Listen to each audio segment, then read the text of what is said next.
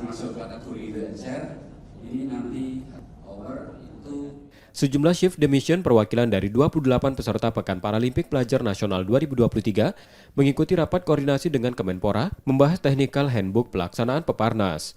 Rakor akan menyusun regulasi pertandingan, kategori klasifikasi pertandingan untuk kategori hambatan fisik, penglihatan, pendengaran, dan hambatan intelektual.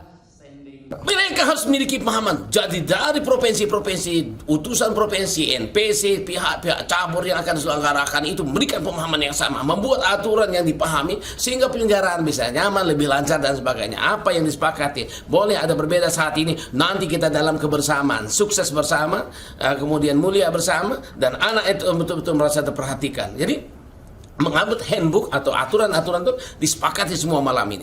Hari ini mereka nanti akan memiliki pengetahuan. Rencananya penyelenggaraan Peparnas 2023 akan dipertandingkan sebanyak 6 cabang olahraga, mulai para catur, renang, atletik, badminton, tenis meja, dan boccia. Nur Muhammad, Kompas TV, Palembang, Sumatera Selatan.